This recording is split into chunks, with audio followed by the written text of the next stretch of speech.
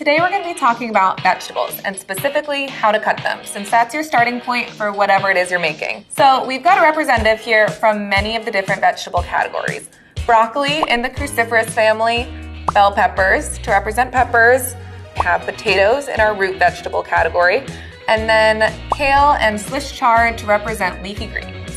Learning how to cut vegetables properly will save you a lot of time, stress, and cleanup, and that's especially true with broccoli. If you have any leaves on your broccoli, you can go ahead and get rid of it first. Now I'm going to slice off the end and discard it. I actually like to hold the stalk as I cut off the florets because it gives me a little bit more security.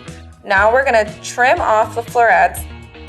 We're not ever going to touch our knife to the very top of the broccoli because these are the little parts that will go all over your cutting board and create a mess.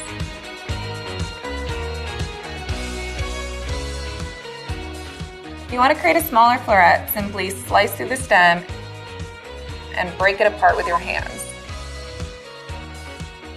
The stalk of the broccoli is just as great as the florets, and it's also very nutritious, so don't get rid of it if you're cooking.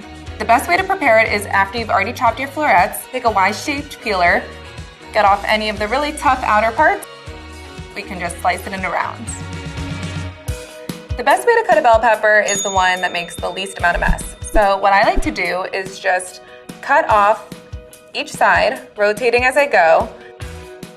Throwing down to the last side, I can flip it down, slice it off, and then you're left with all the seeds in one place. They're not all over your cutting board.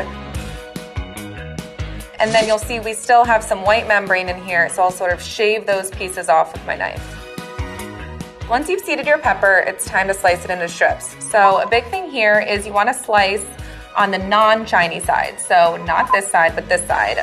Because it's a little rougher, it's not as smooth, which will actually make it easier to slice and less likely that your knife will slip off.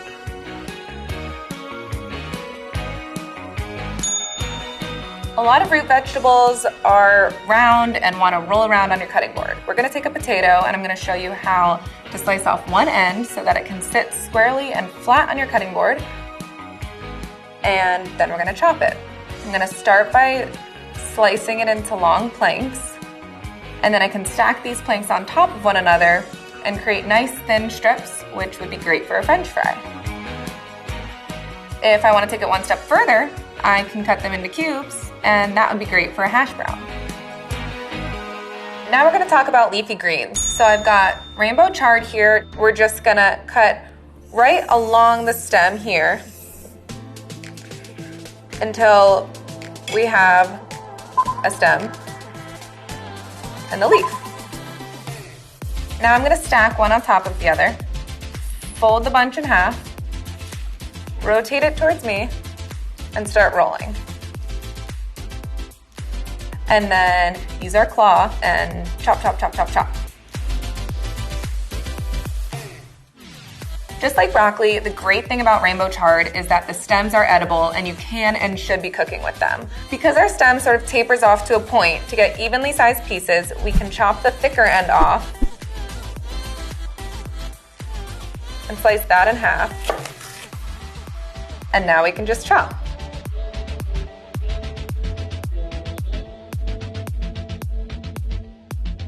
Kale is even easier than rainbow chard because you don't even need a knife to separate the leaves from the stems.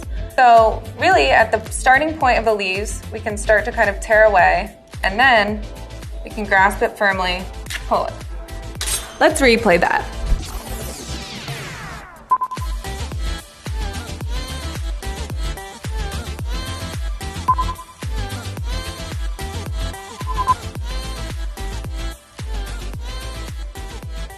We can chop our kale leaves the same way we chopped our Swiss chard leaves.